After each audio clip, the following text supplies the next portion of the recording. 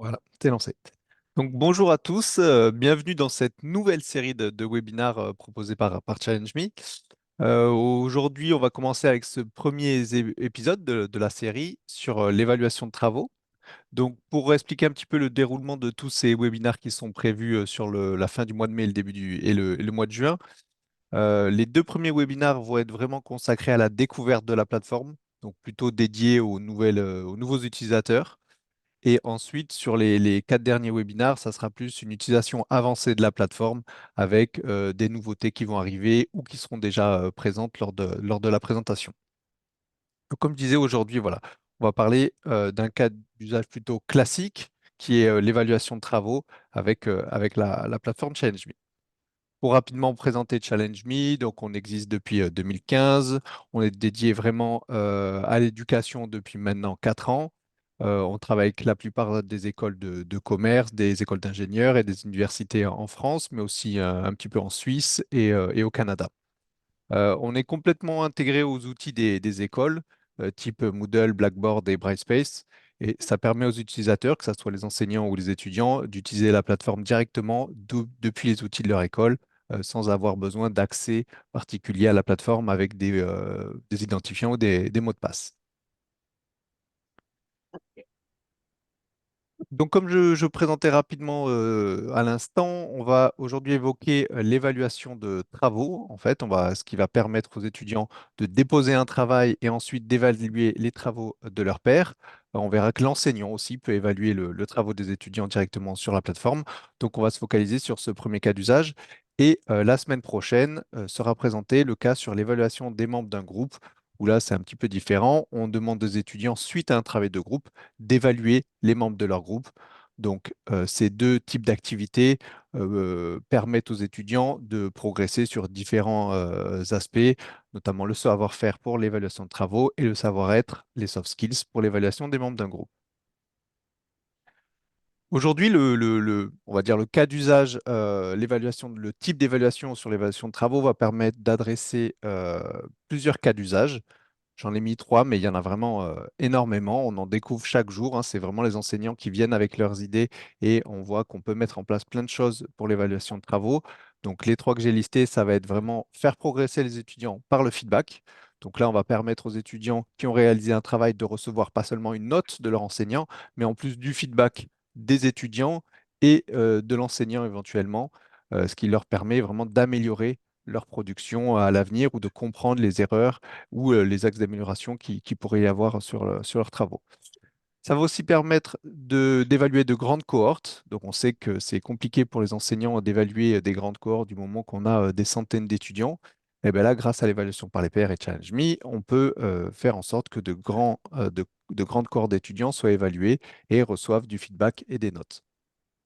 Le troisième cas d'usage qui est vraiment énormément utilisé aussi, ça va être des feedbacks et de l'évaluation de présentation orale.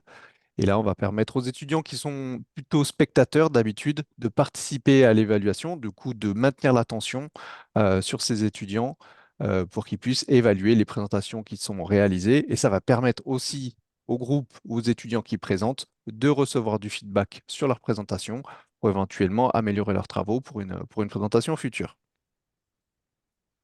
On va souvent parler de challenge avec ce type d'activité. Donc, un challenge, c'est quoi? C'est simplement une activité d'évaluation.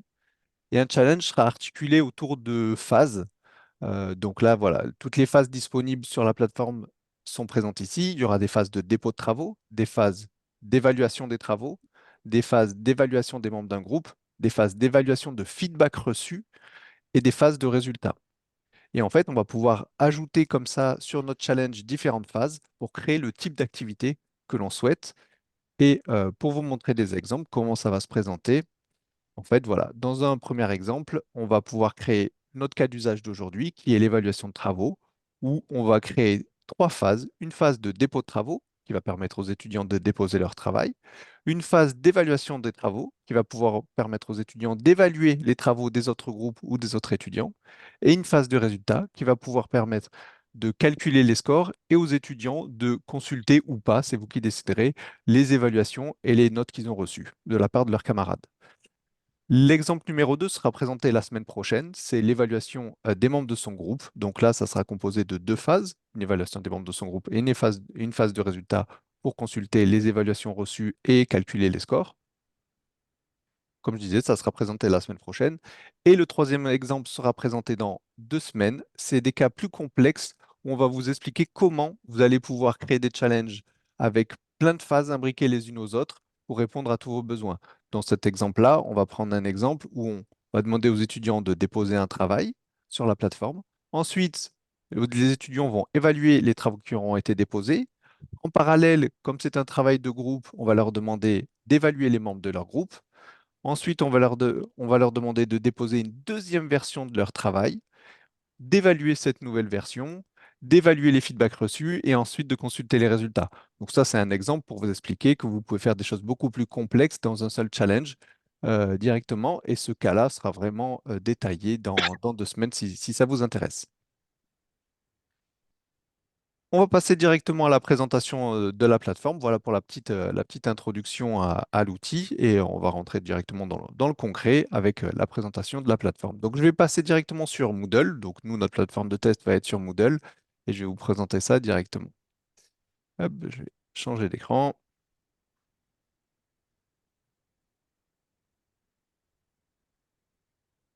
Hop. Est-ce que vous voyez bien mon écran? C'est bon? Ok, parfait. Donc là, je suis sur Moodle, je me suis connecté en tant qu'enseignant, je suis dans mon cours directement et je vais pouvoir ajouter une activité Challenge Me. Comme je vous disais, on est directement intégré dans les outils des écoles. Donc pour ajouter une activité Challenge Me, une première activité, c'est très simple. Dans votre cours, vous passez en mode édition, hop, voilà, et vous ajoutez une activité. Et dans la liste des activités présentes, vous retrouverez directement Challenge Me. Alors, vous voyez, nous, on a pas mal d'activités Challenge Me, c'est pour les besoins de nos tests. Vous, pour votre école, vous n'en aurez qu'une seule. Donc, je vais cliquer sur l'activité Challenge Me. Je vais donner un nom à mon activité, donc je vais l'appeler évaluation. Et c'est tout ce qu'on me demande. Je vais sauvegarder et retourner au cours. Je peux même euh, basculer sur le mode normal, éteindre le mode d'édition et retrouver l'activité que j'ai créée ici. Donc là, j'ai simplement ajouté une activité Challenge Me à mon cours. Je n'ai pas encore configuré. Pour la configurer, je vais cliquer dessus directement. Ça m'ouvre un nouvel onglet. Et là, j'ai deux choix. J'ai le mode direct pour créer un challenge ou le mode accompagné. Sur le mode accompagné, vous allez simplement répondre à un formulaire, à quelques questions, et vous allez valider votre formulaire. Ensuite, ce formulaire nous est envoyé et c'est nous qui créons votre challenge à votre place et on vous confirme que le challenge a bien été créé. Le mode direct, lui, quand vous cliquez dessus, vous vous retrouverez vraiment directement sur la plateforme et vous allez pouvoir créer votre challenge de A à Z. Aujourd'hui, je vais présenter évidemment le mode direct. Lors du mode accompagné, je vous disais que le challenge sera vérifié par notre équipe avant d'être mis en ligne. Sur le mode direct, si vous souhaitez, vous pouvez aussi nous envoyer un petit mail pour nous demander de vérifier le challenge. Il n'y a pas de souci, on peut faire ça avec vous. Donc, je clique sur le mode direct et là, je me retrouve voilà, directement sur la plateforme. On va retrouver les deux grands types d'activités, donc l'évaluation de travaux ou l'évaluation des membres d'un groupe. Ici, je vais cliquer sur l'évaluation de travaux. On a plein de modèles d'évaluation de travaux disponibles que vous pouvez utiliser. Alors, chacun des modèles va permettre d'activer certains critères par défaut, certaines options par défaut, mais tout est modifiable, hein. C'est pas parce que vous sélectionnez un modèle par rapport à un autre que vous n'aurez pas accès à toutes les options disponibles. Dans mon cas, ce qui va m'intéresser, c'est de partir un petit peu de zéro avec la formule classique et le dépôt et l'évaluation de travaux. Je vais passer en français. Hop, ici. Voilà, parfait. Donc ici, on va retrouver plusieurs sections. Je vais vous les montrer. Hop, les informations générales, la gestion des phases, le récapitulatif des participants, pardon. Et ça, de notre côté, c'est uniquement côté administration pour vérifier que votre activité dans votre cours est bien raccordée au challenge. Donc ça, vous n'aurez pas besoin d'y accéder. Pour les informations générales, on va vous demander simplement le titre de votre challenge ici. Donc par défaut, si ça vous convient, vous pouvez laisser là. Vous pouvez rajouter des petites images pour embellir votre challenge ici directement. Par défaut, il y a une image de bannière, mais vous pouvez aussi rajouter une petite image de profil qui va ajouter une petite image ici. Un résumé du challenge qui sera indiqué tout au long du challenge sur la plateforme ici, mais qui sera aussi envoyé directement par email aux étudiants lors du démarrage du challenge. Donc ici, vous pouvez très bien décrire en fait un petit peu l'activité en donnant les différentes dates et ce que les étudiants devront faire. Si vous faites des modifications dans les informations générales, n'oubliez pas de cliquer sur Enregistrer ici pour qu'elles soient prises en compte. Voilà. Hop, je vais fermer et on va passer ensuite à la gestion des phases. Donc là, on va retrouver ce dont je vous parlais tout à l'heure avec toutes ces phases que vous allez pouvoir paramétrer. Juste pour information, vous pouvez ajouter de nouvelles phases ici et on retrouve les 5 phases que je vous ai présentées avec le dépôt de travaux, évaluation des membres d'un groupe, évaluation des feedbacks reçus et la phase de résultat ici. Ici, comme j'ai choisi le modèle évaluation de travaux, on a prédéfini déjà pour vous 3 phases. Donc la phase de dépôt des travaux, la phase d'évaluation des travaux et la phase d'affichage des résultats. Pour les paramétrer, c'est très simple. Vous allez cliquer sur une phase et en dessous, vous allez retrouver tous les paramètres de cette phase. Donc là, je vais retrouver les paramètres de la phase de dépôt. Si je clique sur l'évaluation de travaux, je vais retrouver les paramètres euh, pour justement paramétrer ma phase d'évaluation de travaux et ainsi que ma phase de résultat. Je vais aller sur ma phase de dépôt de travaux et on va retrouver les différentes options définissables pour cette phase.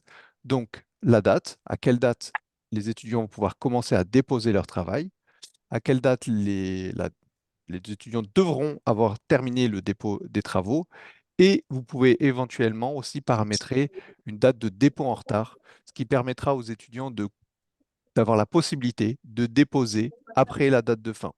Ça peut être utile dans certains cas. Sur cette date de dépôt en retard, les étudiants n'en auront pas connaissance. C'est juste vous qui le paramétrez pour autoriser et permettre les étudiants éventuellement retardataires qui auraient de bonnes raisons de pouvoir déposer en retard. Vous pouvez activer ou non des Mais notifications. regarde, tu l'as Comme fait. je le disais, certaines notifications sont envoyées au démarrage de l'activité ainsi qu'au démarrage de chaque phase. Donc, vous pouvez définir, là pour ma phase de dépôt de travaux, d'activer la notification. Donc, un email sera envoyé aux étudiants lors du démarrage de la phase et avant la fin de la phase pour les étudiants, pour relancer les étudiants qui n'auraient pas encore déposé leur travail. Pour la fin de la phase, les notifications sont envoyées 24 heures avant la fin. Donc, dans mon exemple ici, le 26 mai à 17 heures, si j'active les notifications, un email sera envoyé à tous les étudiants qui n'ont pas encore déposé leur travail. Voilà pour la partie date et notification. Vous pouvez aussi renseigner les consignes de dépôt des travaux. Donc, par défaut, on vous propose des consignes, vous pouvez les laisser telles quelles ou les modifier si besoin. Voilà, on dit simplement aux étudiants de déposer leur travail avant la date limite et de ne pas oublier de cliquer sur le bouton valider. On rappelle quelques consignes sur les formats des travaux qui pourraient avoir besoin de déposer, notamment le format vidéo d'utiliser le MP4 et pour tout ce qui est document d'utiliser le PDF qui est un format compatible avec tous les navigateurs et tous les ordinateurs. On va pouvoir paramétrer quelques options. Alors, le dépôt externe ne concerne pas ce type d'activité, donc je ne vais pas vous le présenter aujourd'hui. Vous pouvez demander à ce que les étudiants déposent plusieurs travaux. Alors attention, ce n'est pas plusieurs documents. Ils peuvent toujours déposer plusieurs documents. Si on coche cette case, c'est pour autoriser les étudiants à déposer plusieurs travaux de façon complètement indépendante. C'est-à-dire que tous les travaux qu'ils déposent seront évalués de façon indépendante. Vous pouvez activer ou non l'ajout de fichiers. Donc, si vous, par défaut, il est activé évidemment, mais si vous souhaitez que leurs travaux soient uniquement déposés de façon textuelle, vous pouvez désactiver cette option. Et ensuite, vous pouvez nommer le type de travail qui est attendu. Donc, si c'est une réponse qui est attendue à la consigne, si c'est une présentation, le cours, ça sera utilisé pour l'évaluation de vos cours directement, l'évaluation des enseignements, ou si c'est un élément spécifique à évaluer. Voilà. Bientôt, il y aura aussi des éléments qui vont se rajouter ici et vous aurez un peu plus d'options d'ici quelques semaines. Voilà, mais vous pouvez laisser réponse par défaut, ça va très bien dans 90% des cas, sauf si c'est des présentations en classe, je vous encourage à mettre présentation.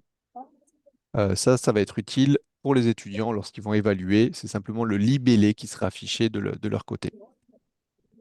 Ensuite, on va pouvoir ajouter des participants. Et comme je vous disais, comme on est intégré directement aux outils des écoles, on va pouvoir récupérer la liste des participants depuis votre cours. Donc, si vous avez besoin d'inscrire des participants de façon individuelle si les travaux doivent être déposés individuellement ou en groupe si les travaux doivent être déposés en groupe, vous avez simplement à cliquer sur une de ces deux options. Donc, je vais par exemple ici cliquer sur Inscrire en équipe. Je suis bien dans mon cours démo 23-24, c'est le nom de mon cours ici dans Moodle, et j'ai quatre équipes qui sont présentes dans le cours. Donc, je vais pouvoir cocher les équipes qui doivent participer à cette activité d'évaluation, à ce dépôt de travaux, les sélectionner et les inscrire. Voilà. Et là, je vais retrouver directement mes étudiants inscrits pour ce type d'évaluation, pour ce type de dépôt. Si les groupes ou les étudiants ne sont pas présents dans votre cours, ce qui peut arriver, vous avez toujours la possibilité de cliquer ici sur ce petit bouton d'option et d'importer des participants depuis un fichier Excel. Vous avez souvent une liste avec les étudiants et les groupes que vous avez depuis Excel et vous pouvez copier-coller depuis Excel directement les étudiants ici. Alors, il faudra juste respecter les formats d'import directement. Donc ça, je vous laisserai regarder ça. Il faut simplement créer un fichier Excel qui ressemble à ce format-là avec des champs bien ordonnés pour que l'import fonctionne. Une fois que vous avez créé votre fichier Excel, vous le copiez, vous collez ici, vous vérifiez et vos étudiants seront importés. Donc, pour plus de simplicité, évidemment, nous vous encourageons grandement à créer vos groupes directement dans votre cours. Comme ça, en fait, vous n'avez pas à les importer, vous pouvez les retrouver directement ici dans Challenge Me. Voilà pour les participants. Donc, une fois que les participants seront ajoutés ici, voilà, on voit que j'ai ajouté 19 participants dans quatre groupes. On va pouvoir paramétrer, je vais enregistrer, la phase d'évaluation des travaux. Donc, pour ce faire, c'est très simple. Je clique sur la phase d'évaluation de travaux et je retrouve sensiblement les mêmes options pour la paramétrer. Donc, j'ai mes dates où je peux sélectionner mes différentes dates, éventuellement des évaluations en retard. Je peux éventuellement aussi modifier mes consignes et je vais surtout avoir besoin d'ajouter des critères d'évaluation. Donc ça, c'est important. Je vais devoir créer mes critères d'évaluation. Si vous avez déjà votre grille de critères d'évaluation qui est prête, vous pouvez tout à fait ajouter des nouveaux critères, nommer votre critère, éventuellement mettre une description par rapport à ce que vous avez déjà créé. Sur chaque critère, vous avez la possibilité de demander aux étudiants de déposer un feedback sur le critère ou non. Donc, par défaut, ce n'est pas activé. Donc, les étudiants devront simplement évaluer le critère de 1 à 10 étoiles, donc donner une note de 1 à 10 sur ce critère. Mais si vous activez cette option, vous avez la possibilité d'en plus de demander aux étudiants de laisser un feedback spécifiquement sur ce critère. Et si vous souhaitez aller encore plus loin, vous pouvez rendre ce feedback obligatoire. Donc, les étudiants ne pourront pas valider leurs évaluations s'ils n'ont pas laissé un commentaire sur le critère en question. Donc ça, c'est vraiment si vous avez déjà vos propres critères d'évaluation, mais vous pouvez aussi tout à fait ajouter des critères prédéfinis, ici directement, des critères qui ont été créés par Challenge Me. Et vous retrouverez ici, vous voyez, on a 65 critères déjà prédéfinis. Et vous pouvez regarder dans la liste ici directement et sélectionner les critères qui vous conviennent. Donc je vais prendre par exemple celui-là, authenticité et originalité du travail. On va retrouver une description avec une échelle de notation qui a été déjà prédéfinie. Vous pouvez éventuellement la consulter. Je vais ajouter le critère en question. Je vais regarder si d'autres critères m'intéressent. Voilà, capacité à synthétiser le sujet, etc. Et comme ça, vous allez pouvoir regarder un petit peu dans toute notre base de critères s'il y a des critères qui vous intéressent et les utiliser directement. J'ai sélectionné mes deux critères. Je vais les sélectionner et je les retrouve ici.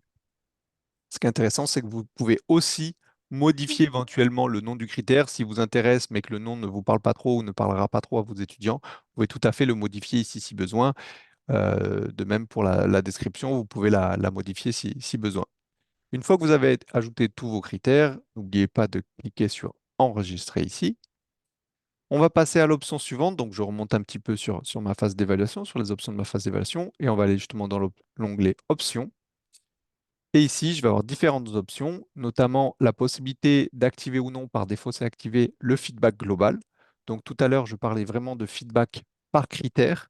Ici, c'est le feedback global. Donc il y aura un champ de feedback qui va permettre aux étudiants de laisser un commentaire de façon globale sur le travail qu'ils ont évalué. Vous avez la possibilité de le rendre obligatoire si besoin, donc comme pour tout à l'heure, s'ils ne remplissent pas ce champ de feedback global, s'ils ne laissent pas de commentaires, ils ne pourront pas valider leurs évaluations. Vous avez la possibilité de permettre aux étudiants ici de spécifier que certains critères ici ne seraient pas évaluables pour X ou Y raison. Ils devront en expliquer la raison. Voilà, c'est une option. Par exemple, on va prendre un exemple si je dois évaluer une vidéo et que la vidéo n'est pas lisible. Ben, éventuellement, si vous activez cette option, les étudiants ne seront pas obligés d'évaluer la vidéo en spécifiant que la vidéo n'est pas lisible.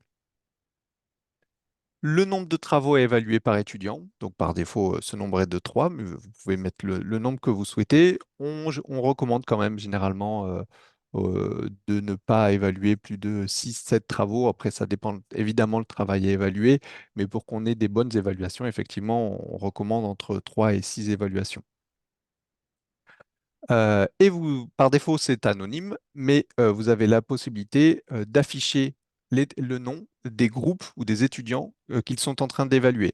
Par défaut, toute la plateforme est anonyme, donc je ne sais pas quel groupe ni quel étudiant j'évalue. J'évalue vraiment un travail. Et en cochant cette option, vous levez l'anonymat et je vais savoir quel groupe ou quel étudiant je suis en train d'évaluer. Ça va être affiché directement à l'étudiant sur la plateforme.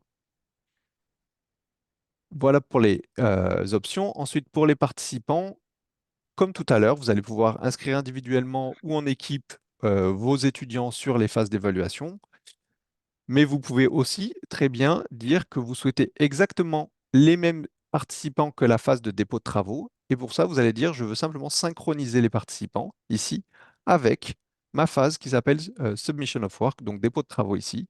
Et je vais dire, est-ce que je les veux à l'identique? On se rappelle que je les ai ajoutés en groupe. Donc là, ça les ajoutera en groupe. Donc les évaluations devraient être réalisées en groupe. Ou est-ce que je vais ajouter ces étudiants de ces groupes, mais de façon individuelle? Donc individuellement, ils vont devoir évaluer chacun les travaux des groupes. Je vais cliquer sur enfin, récupérer les étudiants de la phase de dépôt de travaux, mais de façon individuelle. Et là, voilà, on voit bien que j'ai mes 19 étudiants qui ont été ajoutés directement ici. Et chacun de ces étudiants devra évaluer individuellement 3 travaux des autres groupes. Évidemment, on ne peut pas évaluer son propre travail. Hein, la plateforme fait en sorte qu'on n'évalue pas qu'on ne puisse pas évaluer son propre travail. Voilà pour la partie évaluation de travaux. On va passer à la partie résultats. On va simplement définir à quelle date vous souhaitez que les résultats soient publiés et que les scores soient calculés. Vous avez la possibilité d'activer une notification ou non, pareil, pour avertir les étudiants des résultats, de la disponibilité des résultats. Vous allez pouvoir définir des petites consignes pour ces résultats. Par défaut, voilà, on met un petit mot de remerciement et définir quelques options. Notamment, qu'est-ce que vous souhaitez afficher aux étudiants? Donc, par défaut, l'étudiant verra sa moyenne et les feedbacks qu'il a reçus. Mais vous pouvez aller encore un peu plus loin en affichant le score des évaluations, ce qui va permettre à l'étudiant de voir vraiment toutes les notes qu'il a reçues de tous les étudiants de façon anonyme. Donc, je ne saurais pas quel étudiant m'a donné telle note, mais je verrai simplement la note d'un étudiant avec un feedback. Et vous avez quand même la possibilité de lever cet anonymat. Ça nous a déjà été demandé. Et vous pouvez afficher les auteurs des évaluations. Donc, les étudiants, quand ils consulteront leurs résultats, ils pourront voir quel étudiant a donné ce feedback. Oui, il y a une question, Emmanuel. Oui, je ne sais pas si j'ai activé mon micro, vous m'entendez? Oui, oui, je vous entends bien. En fait, j'ai été un peu lent pour réagir, mais sur l'écran précédent, il y avait une case, à cocher référent. Oui. Hem, à Ok. à quoi correspond-elle? Ok, alors ça, c'est dans le cas où en fait des étudiants seraient, enfin des étudiants ou des participants, parce qu'on peut tout à fait ajouter des intervenants externes, voire même des enseignants pour évaluer, et on va noter ces participants comme référents, c'est-à-dire qu'à ce moment-là, si je note par exemple, Sacha Bonnet est référent, lorsqu'il donnera un feedback et qu'un étudiant recevra un feedback de cette personne, ce feedback-là sera mis en avant de façon différente de sorte à ce qu'on sache que ce feedback n'est pas forcément fait par un père, mais par une personne référente qui a peut-être potentiellement plus de savoir. Donc peut-être un deuxième année si c'est des premières années qui travaillent, ou si c'est un enseignant qui évalue, c'est pour pouvoir un petit peu notifier, enfin afficher D'accord, différemment les feedbacks de personnes qui ne seraient pas simplement des étudiants. et donc je peux le faire, pour moi, par exemple, si je souhaite aussi noter aux côtés des élèves Oui, le tout à fait. travail et me signaler comme référent pour qu'ils distinguent cette évaluation Exactement. de celle de leur père. OK. Exactement. Ouais, en fait, vous pouvez tout à fait vous inscrire aussi. C'est vrai que je ne l'ai pas précisé, c'est une très bonne question. De façon, on peut inscrire individuellement. Par défaut, on a toujours la liste ici des étudiants, mais vous pouvez cliquer ici sur Manager et là, ça sera toute la liste des personnes qui ne sont pas étudiants dans votre cours. Donc, typiquement, moi, je ne suis pas étudiant, je suis enseignant dans mon cours. Je clique et je peux m'ajouter ici et je peux m'ajouter en tant que référent. Voilà. Mhm. Et je participerai à l'évaluation comme mes étudiants, mais mes évaluations seront affichées de façon différente à mes étudiants lorsqu'ils consulteront les résultats. Et je vais pousser un peu le bouchon, peut-être trop loin, vous même dans ce cas-là, vous n'hésitez pas à me le dire, mais j'ai discuté avec Jean aussi d'auto-évaluation. Je souhaiterais aussi que les étudiants évaluent leur propre travail et il m'a dit que c'était possible en créant, peut-être Oui, alors une deuxième ça, phase. voilà, Oui. ça c'est un cas un peu plus avancé que je ne vais pas aborder parce que c'est un peu D'accord, plus OK, complexe dans OK, ce sujet, mais effectivement c'est possible en justement jouant avec les phases. Donc ça sera peut-être abordé dans 2 semaines où on va vraiment faire des choses un peu plus complexes avec les phases. À la limite, on pourra en discuter à ce moment-là, mais oui, OK, c'est possible. On peut OK, éventuellement évaluer son propre travail, effectivement. d'accord. Voilà. OK, merci beaucoup. Pas de souci. Du coup, voilà pour tout ce que vous pouvez faire sur le paramétrage pour paramétrer une évaluation de travaux de façon assez simple. Une fois que vous avez terminé votre paramétrage, vous pouvez cliquer sur Publier ici directement pour publier le challenge et le challenge sera accessible du moment que la date de la première phase sera atteinte. Donc là, bon, ben, comme j'ai mis une date antérieure à maintenant, le challenge est déjà disponible si je vais dans mon cours pour les étudiants et s'ils cliquent dessus, ils pourront retrouver directement leurs travaux. Pour voir ce que vous voient les étudiants, vous pouvez cliquer ici sur le mode aperçu directement et on va se retrouver avec la vue, vraiment la vue étudiante. Et ici, je vais pouvoir sélectionner l'étudiant que je souhaite, la vue de l'étudiant que je souhaite voir, la date à laquelle je souhaite voir cette vue. Donc, on va prendre par exemple aujourd'hui à 9 heures, allez, à midi par exemple. Je suis en juin, je vais mettre en mai, voilà. Donc là, le 21 mai à 9 heures, l'étudiant avait bien sa phase de dépôt de travaux qui était active. Et quand on clique dessus, voici ce que voit l'étudiant directement. Donc il va pouvoir retrouver ses consignes, s'il fait partie d'un groupe, les membres de son groupe. Et ici, le travail à réaliser. Donc depuis les consignes, il va pouvoir réaliser son travail de façon textuelle ou ajouter des documents ici directement. Une fois que le travail a été ajouté ou la réponse a été donnée, il faut simplement valider. L'étudiant n'a qu'à valider son travail ici pour dire que c'est OK. Tant que la date limite de dépôt des travaux n'a pas été atteinte, dans mon cas 27 mai, l'étudiant peut toujours revenir modifier son travail si besoin. Ça sera vraiment verrouillé à partir du 27 mai, 17 heures dans mon cas. Florent, Oui, quelle est votre idée derrière cette fonctionnalité de visualisation dont on peut définir la date? C'est quoi que vous avez en tête par rapport à cette, notamment en cette fait, possibilité de modi vous oui, pouvez éventuellement revenir en arrière ou voir dans le futur ce qui pourrait se passer. C'est juste une visionneuse parce que souvent on nous a demandé, j'aimerais voir ce que voient les étudiants une fois pour se rassurer que le challenge a bien été créé, voir ce que verront les étudiants lorsque le challenge sera lancé, tout simplement. d'accord, d'accord, Mais par exemple, s'il y a des travaux qui ont été réalisés, vous ne verrez pas seulement, ce n'est pas un aperçu fictif de ce qu'il voit, c'est vraiment la vue étudiante. Donc, si cet étudiant a déposé un travail, je verrai le travail de l'étudiant qui a été déposé. Si d'accord. l'étudiant a effectué des évaluations, je verrai ses évaluations. Ça permet aussi si un étudiant vient vous voir en disant ben, je ne comprends pas, je n'arrive pas à visualiser un document, ben, vous allez dans la Oui, visionneuse d'accord, travaux, d'accord, vous allez d'accord. sur l'étudiant, vous mettez la date bon, ben, du jour, du coup, s'il n'y arrive pas aujourd'hui, et vous voyez directement ce que voit vraiment l'étudiant. Ça vous permet vraiment aussi de répondre à quelques questions par moment. OK, OK, Voilà. merci beaucoup. Donc ensuite, voilà, vous pouvez comme ça jouer avec les dates différentes pour passer d'une phase à une autre directement.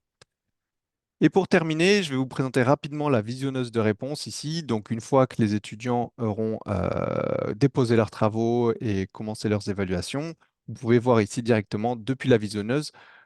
Donc, tous les boutons d'interaction se passent ici en haut. Donc, on a l'aperçu ici, la configuration du challenge. Et quand vous êtes dans la configuration du challenge, vous pouvez voir la visionneuse ici pour basculer d'un écran à un autre.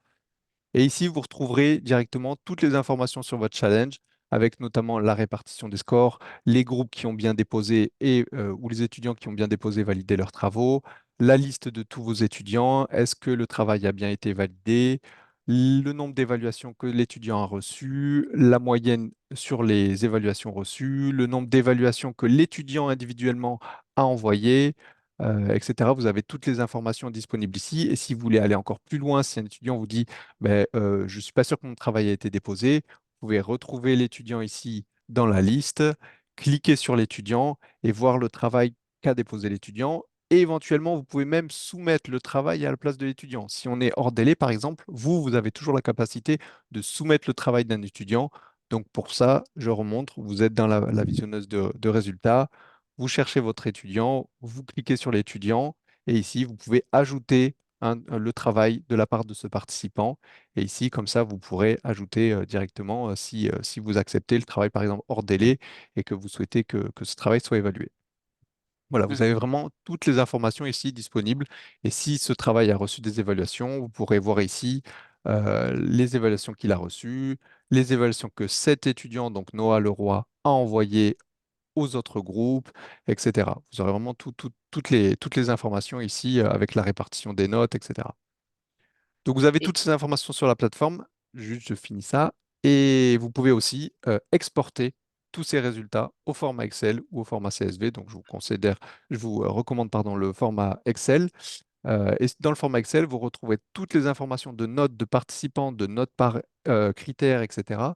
Et dans un deuxième onglet du fichier Excel, vous retrouverez toutes les évaluations, les feedbacks, les commentaires qui ont été donnés par les étudiants. et Voilà est-ce pour qu'on la trouve, présentation. Donc, je vous écoute pour oui, Emmanuel pour votre question. est-ce qu'on, quand on demande aux étudiants de répondre en remplissant les champs des critères plutôt que de soumettre un travail, est-ce que quand on exporte, on peut récupérer aussi les réponses des étudiants et pas seulement les évaluations et feedbacks qu'ils ont reçus? Alors, nous, on n'aura pas le fichier des réponses parce que si c'est des documents, en fait, vous pouvez nous demander d'exporter tous les documents. Comme on ne sait pas s'il y a beaucoup de documents ou pas, il faut nous en faire la demande et vous pouvez avoir toutes ces réponses. Dans le fichier Excel, il y aura vraiment que la participation, les notes et les feedbacks, effectivement. Il n'y aura pas D'accord, les réponses. d'accord. Si les réponses sont uniquement textuelles, là, on pourra vous fournir ces réponses dans le fichier Excel. Mais si c'est des documents, évidemment, ça sera à Oui, côté, on vous enverra. ça c'est clair. Mais même si donc il s'agit de réponses textuelles, il faut vous en faire la Oui, demande. c'est ça, tout à fait. Pour l'instant, oui. Pour l'instant, D'accord, oui. ok, Voilà. merci. Oui, Dominique? Oui, merci.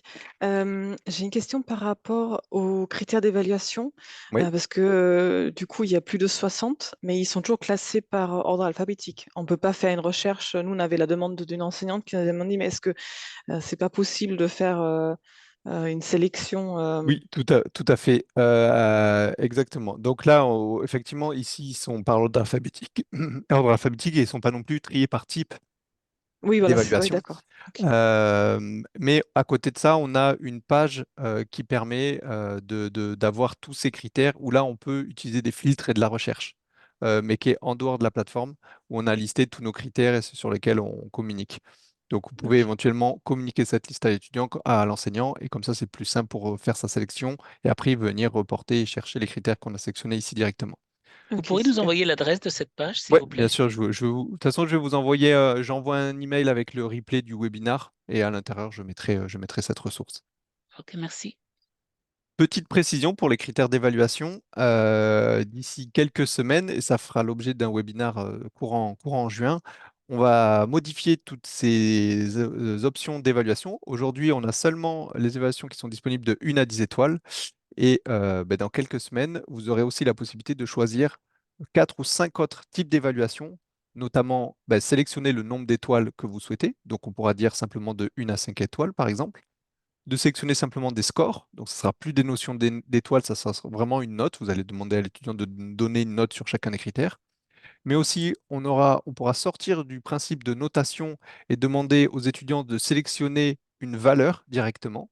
Donc là, en fait, on se retrouverait plus à devoir donner une note entre 1 et 3 étoiles, mais sélectionner. la valeur qui nous semble la plus en correspondance avec le travail que je suis en train d'évaluer. Donc ça permet aux étudiants de sortir un petit peu de cette idée de notes et d'évaluer vraiment le travail en fonction de ce qu'ils pensent qu'il vaut, sans leur demander de demander une note, sachant que vous, de votre côté, ça va vous générer quand même une note. Voilà, donc on va avoir pas mal de nouvelles modalités d'évaluation et ça vous sera présenté d'ici un mois sur les prochains webinars.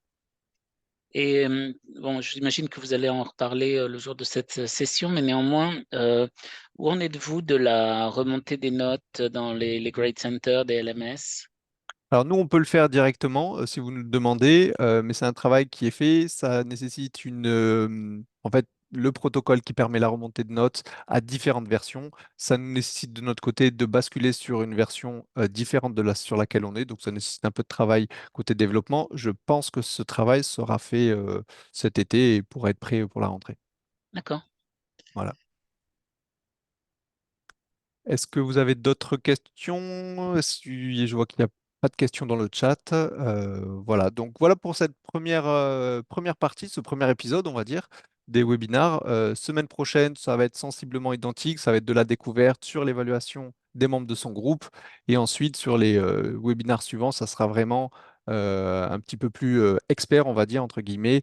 On va vous présenter ben, les nouveautés, les nouvelles modalités d'évaluation, toute la nouvelle phase de résultats avec le calcul des scores, des pénalités qui vont être possibles, des pondérations sur des critères, sur différentes phases, etc. Vous allez pouvoir faire plein de nouvelles choses qui vont être disponibles voilà, d'ici quelques semaines.